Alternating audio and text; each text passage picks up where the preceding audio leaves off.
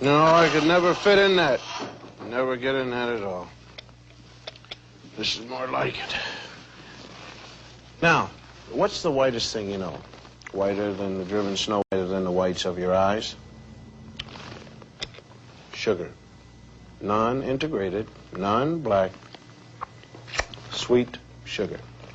But you see, there is a black man in your sugar. His name is Norbert Rillier.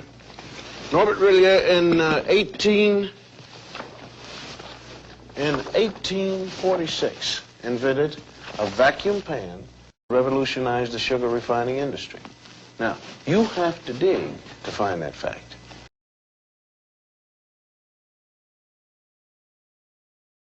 I searched for images of myself in the historic photos of E.T.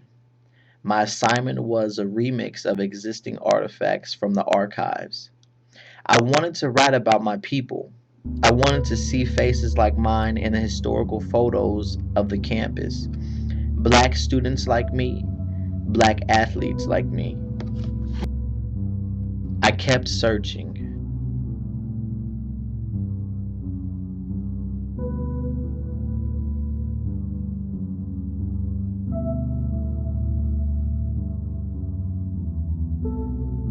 In 1889, William L. Mayo, a rogue educator from Kentucky, established this teacher training school for the area's white farmers and their children.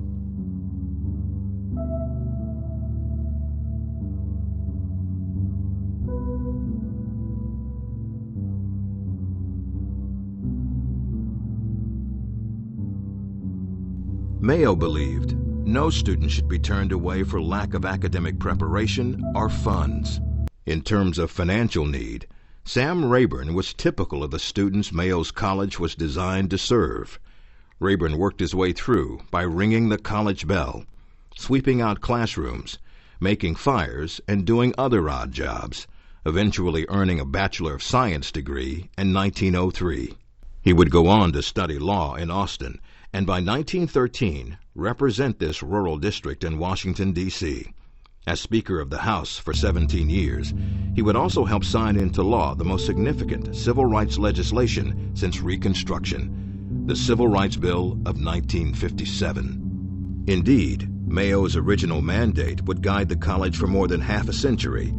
Any person, Mayo insists in a 1908 college catalog, of whatever age, wealth, or previous advantages who desired a college education could have one, regardless of their ability to pay. Like any such institution across the Jim Crow South, however, any person meant any white person.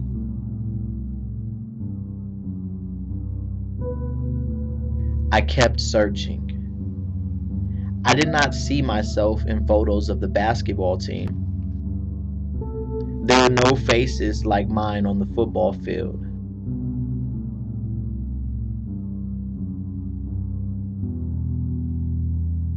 I didn't see myself in the band.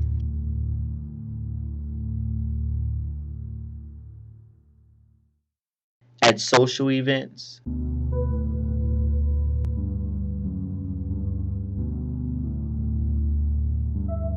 In the classroom.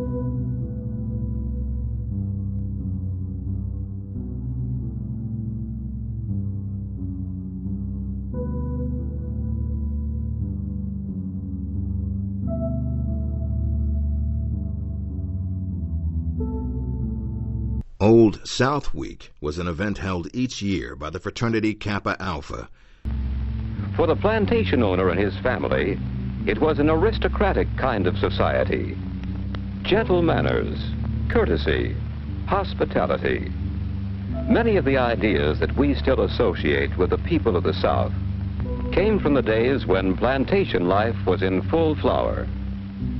The event filled the campus with images echoing all the glory of the era depicted in Gone with the Wind. This, then, was the social organization of the plantation. The aristocratic class of the landowners who had wealth and privileges.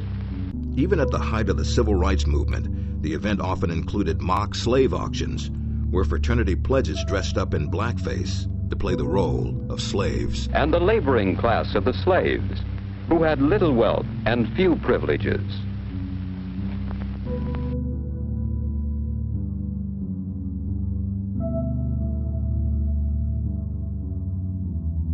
Eventually, I found them.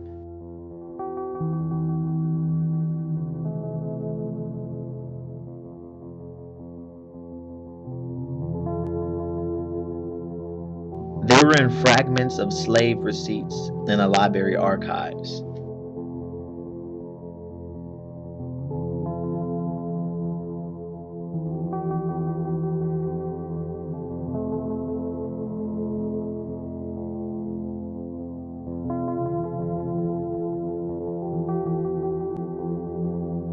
I found them in photos of cane press workers.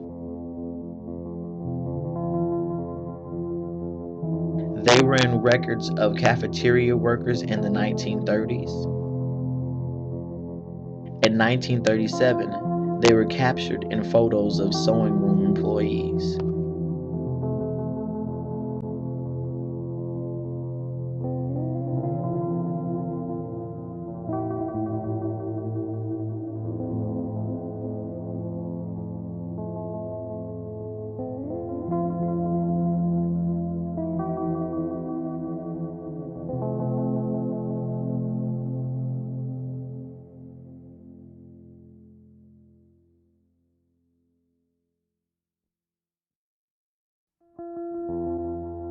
I particularly remember his attitude toward integration of the college, which he announced by saying there would never be any blacks at East Texas State Teachers College.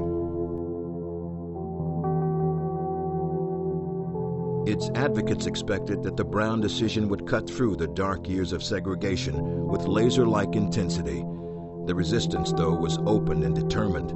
At best, the Brown precedent did no more than cast a half light on that resistance, enough to encourage its supporters, but not bright enough to reveal just how long and difficult the road to equal educational opportunity would prove to be. Velma Waters applied for enrollment 4 times before she was finally admitted.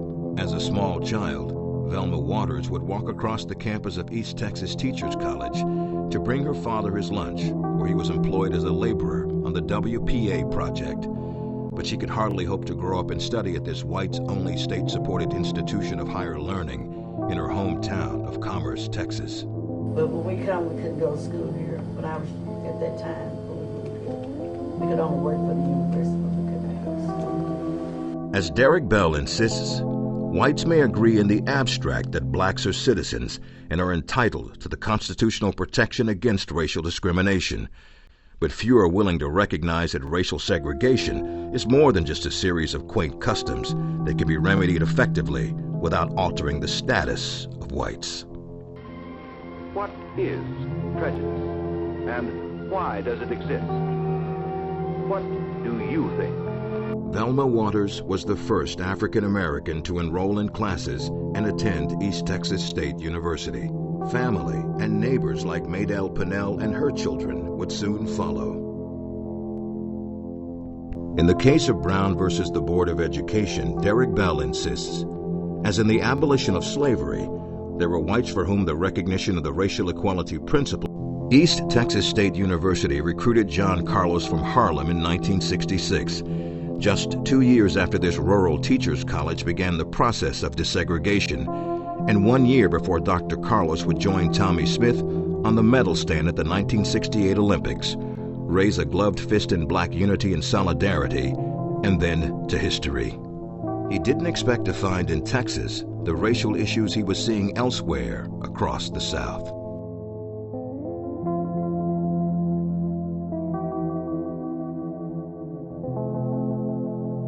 From Harlem to Texas. And what were your impressions of Texas before you came? Well, probably prior before my coming to Texas, I had no idea of the state of mind of Texas, whether Texas was actually in the South or what have you.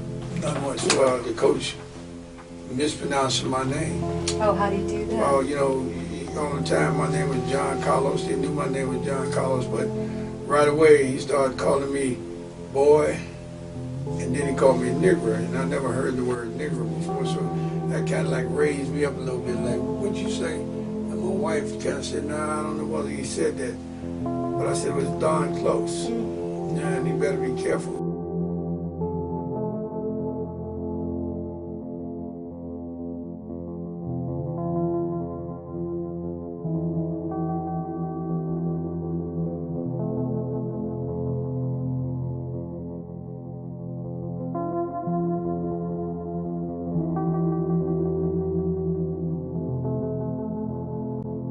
And I found out that some of my co-teammates and co-students didn't like me. And that hurt my heart. I couldn't believe it. Don't like me. No. My first taste of racism.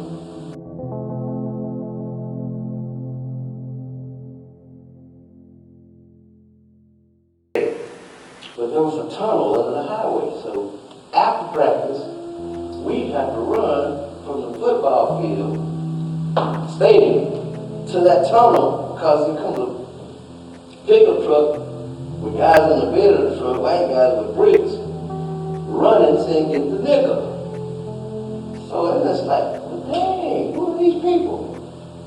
What did I do? I mean, who are these folks? Decades later, I found myself. I know the struggles aren't over. I know their struggles are my struggles. My struggles are theirs. I search the archives and I wonder, what did this mean for me? For my people? For those missing African American faces? For those there?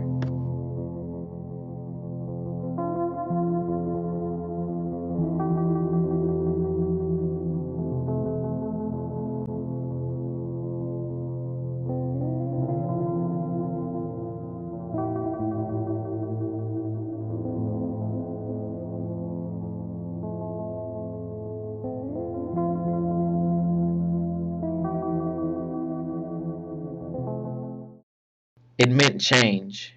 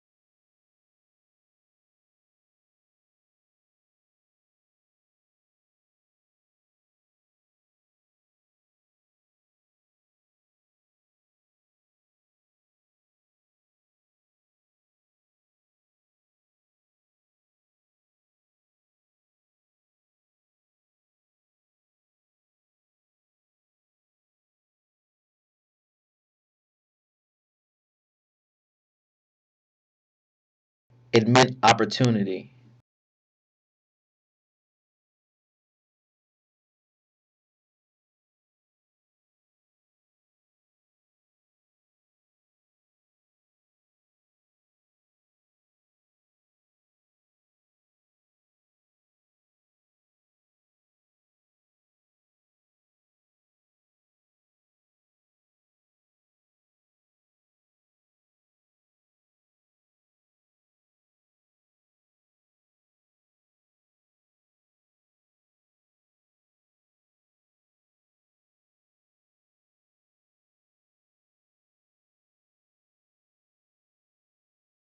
It meant everything.